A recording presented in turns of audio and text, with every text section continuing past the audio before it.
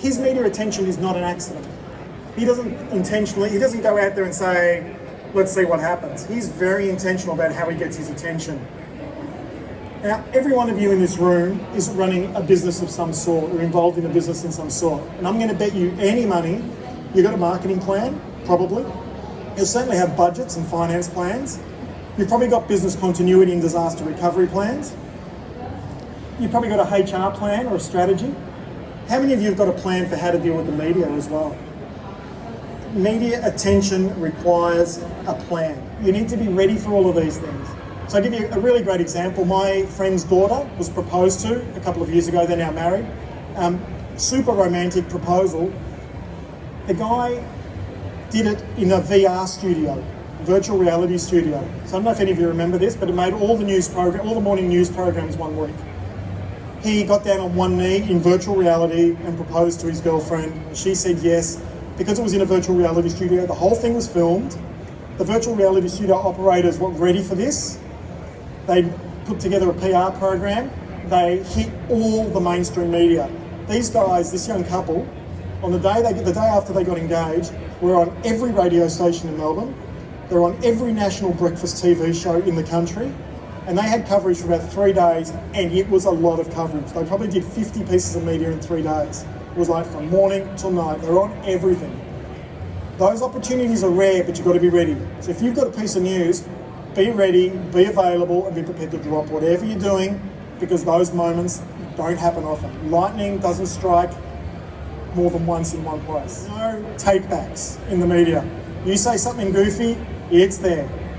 If you've got a PR representative or someone who's helping you with your media liaison, if you make a mistake, they can't get it corrected.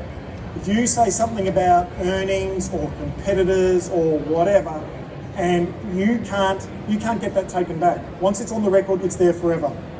You need to be able to say what you do and why it's valuable. I've spoken to some founders who love the technical detail of what they do.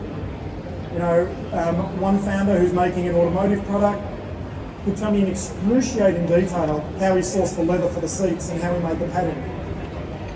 Frankly, my bum doesn't care where it came from as long as it's comfortable. Tell the story simply, get the core message across. If you say more, give people more detail than they need, you'll lose the audience. It's that simple. And journalists, sadly, are just like a normal human being. We've only got so much attention span.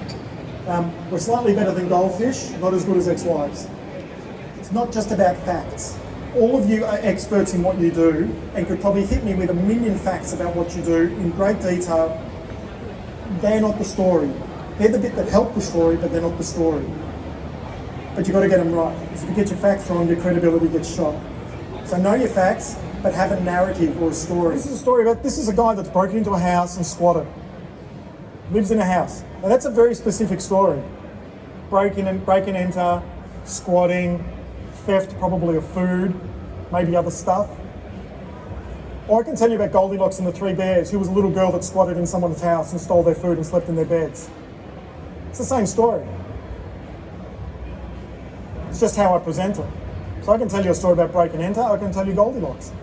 It's the same story, and they'll appeal to very different audiences, but it will work in different places.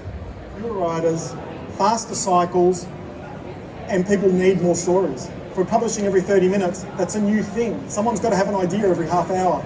I used to have an idea written and published at 7:30 every morning, and then at 9:30, and then at 12:30, and then at 3:30. And that was for one publisher. And I'm freelance, so I work for more than one person, so I'd have to squeeze other work in around all of that as well. It's an immensely challenging time for trying to get your story told. If you're going to a print magazine, work out what week they go out to the news agency or go out into the subscribers. A week before that's probably when print finished. A week before that is probably when sub-editing finished.